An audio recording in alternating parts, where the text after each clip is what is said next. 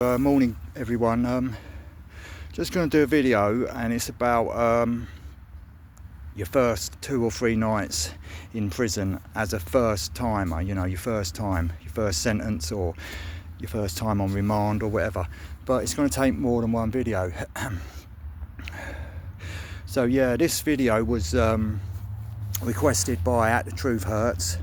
And I don't know the guy in real life, but he's been following my channel and subbed for 2 years, you know, and yeah, he's always been really good, you know, because I do get some comments that give me the ump, but I don't really take much notice. But I got one the other day. What was his name? Douglas Batley. I think he's got a channel, but I'd call him Douglas Batty Boy, really. What was it? No one gives a fuck about what you say, and no one gives a fuck about you. Well, I'd say you have really got that wrong, mate. You have, because plenty of people do give a fuck about what I say. I've had 500,000 views, and I've been doing the channel for 2 years, and you know, I've stuck to this channel. This is the longest thing I've stuck to, you know, when I'm doing something that's not actually illegal, you know, for a change. So yeah, I just want to mention that. And if you did want to have anyone does want to have a conversation with me on YouTube, I'm not going to be having a proper conversation with you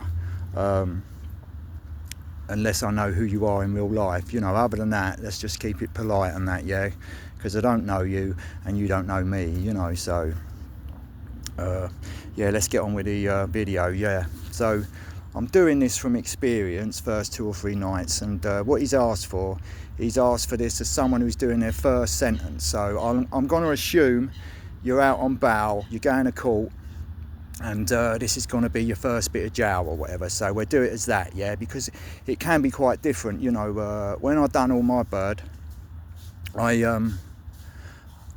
done it all. I didn't have bail or nothing. I done it all. I got nicked while on bits of work and got remanded straight away, you know. So I didn't have time to prepare.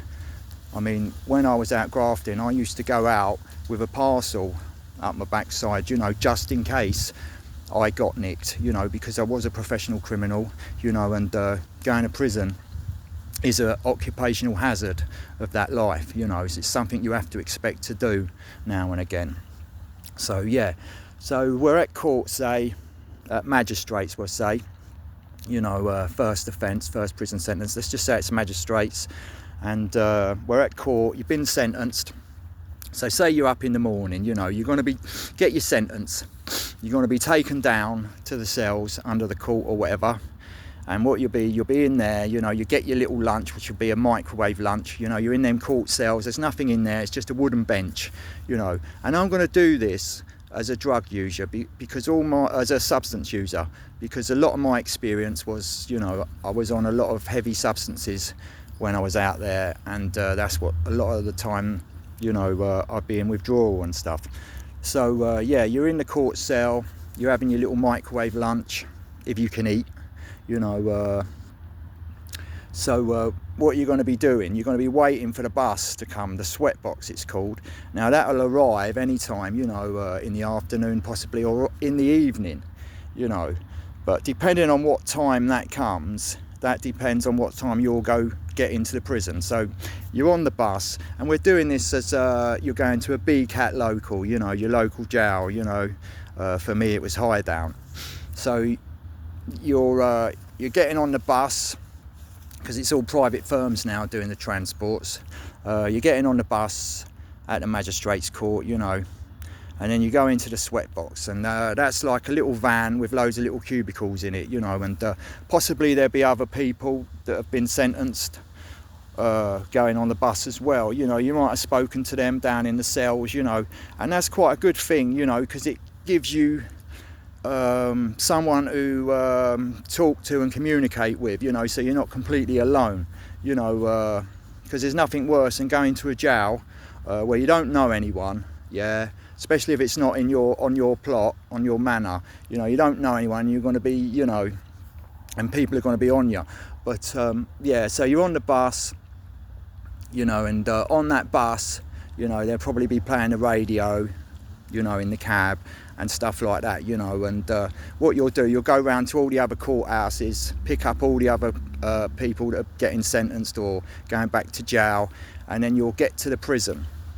And when you get to the prison in the bus, you'll go through the gates, the big gates. If there's any A category prisoners there, they will go ahead of you. You know, sometimes there's a queue of buses. This can take hours and hours, you know. I mean, years ago, if you didn't get back into a prison by 8:30, you were locked out sometimes, and you had to do your time in police custody. And I've heard they're bringing that back. A lot of supergrasses used to do their time in police custody, because even the prison on protection was too dangerous for them, you know. But let's just get one thing straight: just because you've done time in police custody doesn't mean to say you're a grass. You know, that's how it was back in the 80s. You know, all the prisons were full up. But I'm taking these experiences from this century, because what you've got to remember is I've done prison over 3 decades in 2 different centuries, you know, starting in the 1980s. But we'll do it, my experiences say this century, so it's more relevant. So yeah, you're going through reception, you know, through the gatehouse, sorry. And what you'll do, you'll go into the prison. The doors will be shut behind you. You know, you can look out that little window you got there in the sweatbox. And then you're at reception, you know, you're in the prison, and you will be getting off the bus, you know, and then you'll be in reception, right? So basically, when you go into reception, you'll go through a gate, you know, there'll be a screw standing there, and then you'll go up to a desk. And the first thing they'll do, you know, they'll have a computer screen there, and in my days it was paper as well. You know, they'll go through your property, you know, they'll say your name, you'll get a prison number, you know, you'll have a prison number. They go through all that sort of stuff. Property, they go through all your property, and anything of value, they've got a safe down in reception, you know. And I used to put stuff in there if I did have anything of value, or if you're taking it on the wing, like an expensive kettle, you know, expensive watch or something, a gold watch or jewellery, just beware that people will try and have that off you. You know, even if you don't take it off, they might come in the showers and try and get that off you. Because what you've got to remember is there's a lot of drug addicts in prison, or drug users, or people, maybe they don't do drugs on the outside but they do in prison, you know. And you know, or people would just do it for the money, you know, and they'll take that off you and possibly hand it out on a visit. So, you know, if you've got things of value and you're taking it on the wing, you know, and if you're not known in that prison and have got no backup, and you're not a face, be prepared for people to try and take that off you. So yeah, so saying you've left your valuables in the safe, you know, after all that, you're going to have a strip search. You know, and they're going to do a strip search in a little room in reception, you know, and you're going to have to be butt naked. Yeah, you're going to have to take everything off, socks and everything, and they are going to make you squat, touch your toes and all that, to make sure you got nothing concealed in your back passage. But what I will say, if you are out on bail and you're like me, a working criminal like I was, like I say, it's always a good idea to take a parcel in there with you. You know, if you want to, you know, don't always rely on the prison service medication and stuff. If you've got to come off drugs, take your own, you know, plan a little detox for yourself if that's what you're doing, or enough to last however long you're doing, you know, or to your next visit or whatever, you know. But we will go into if you've got to rely on the prison for medication in a second. So yeah, we're in reception. You've done your prop, you've had your strip search, yeah, right, they've done the metal detector, you know, they got all that tech now. And then what happens after you go through there, you're going to be going to the doctor. You've got to see the doctor, or a nurse it will be, more than likely, a prison nurse, you know. It's like a screw, but they're a medical screw, so it won't necessarily be the doctor because they're too busy, right? So when you see the doctor, they're going to go through stuff like, are you an epileptic? Are you on medication out there? If you don't tell them, your doctors, and if you're on any medication that you might need, if you don't tell them, you won't get it. You know, it's as simple as that. And they will ask you if you use substances, you know, if you're an addict or anything like that. And if you're going to say yeah, you know, and if you're having withdrawal at that time, you know, you won't necessarily go down the hospital wing. It depends how many people are down there and how severe your symptoms are, you know. So yeah, while you're waiting for the doctor, because it's going to be a long wait, you know, you're talking a while, yeah, you're going to be in a cell, you know, with some other cons, you know.